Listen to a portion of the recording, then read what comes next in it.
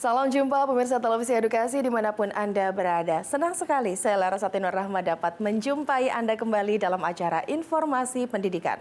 Informasi Pendidikan kali ini masih hadir dengan informasi seputar Rembuk Nasional Pendidikan dan Kebudayaan tahun 2017 yang dilaksanakan di Gedung Pusdiklat Kemdikbud Bojong Sari, Depok. Baiklah pemirsa, mari kita jelang informasi pendidikan selengkapnya.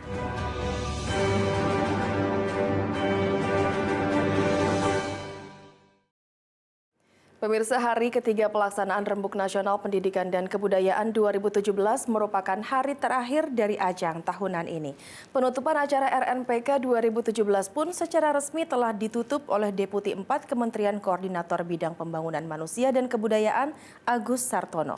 Namun, hasil rembuk dari kegiatan selama 3 hari ini akan menjadi inspirasi bagi seluruh pemangku kepentingan pendidikan di Indonesia. Berikut ini informasi selengkapnya. Rembuk Nasional Pendidikan dan Kebudayaan 2017 resmi ditutup.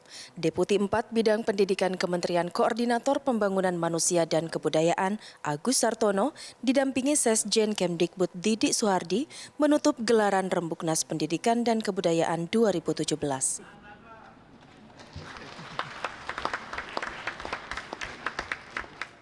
Para pembicara dari masing-masing komisi sudah melaporkan tentang isu dan rencana aksi di komisinya masing-masing, yaitu untuk pemerataan pelayanan pendidikan, peningkatan mutu, relevansi dan daya saing, kemudian yang ketiga penguatan tata kelola pendidikan dan kebudayaan.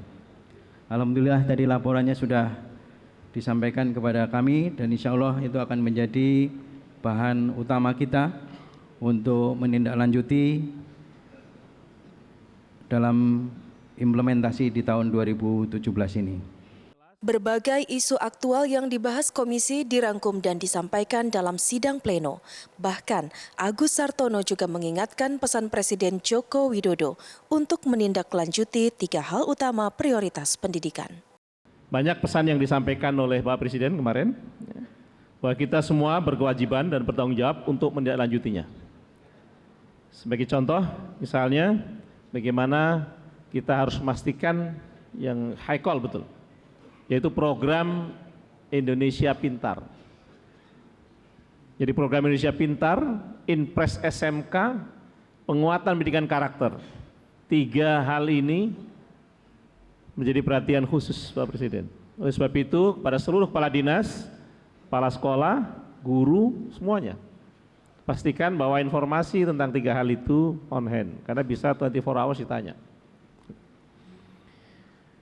Pak Presiden memberikan pesan agar kita pastikan anak didik kita untuk mampu berjuang, berkompetisi di level global.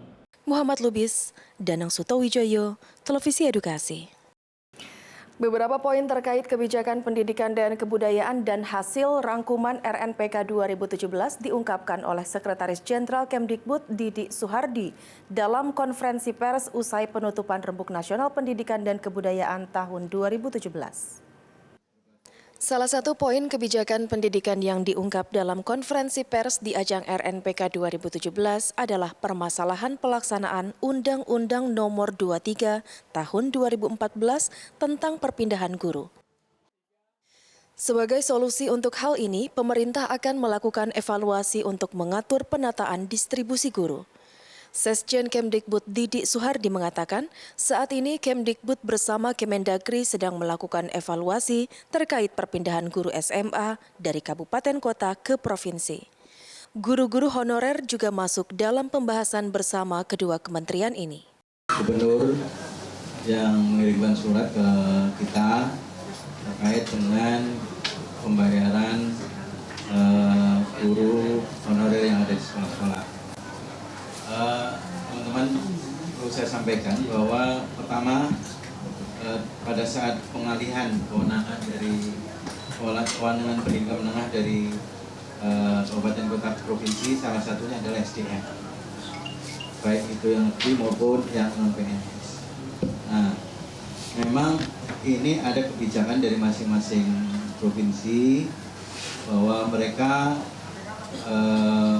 ada yang diseleksi dalam pengertian katakan dievaluasi dari sisi kebutuhan maupun dari sisi linearitas ya, maupun kompetensi dari masing-masing guru, dan itu saya kira memang kebijakan masing-masing daerah.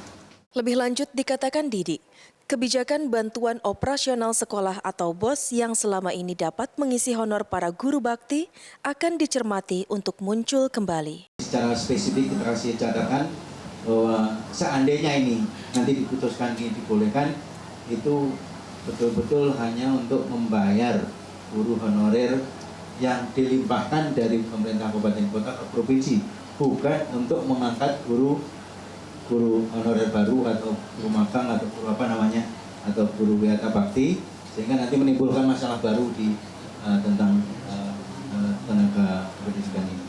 Sementara itu, Deputi 4 Bidang Pendidikan Kemenko Pembangunan Manusia dan Kebudayaan Agus Sartono mengingatkan pada para guru agar dapat menyesuaikan dengan perkembangan zaman. Isu yang mencuat dalam Rembuk Nasional ini juga menyangkut masalah peningkatan kompetensi guru yang harus dilakukan terus-menerus.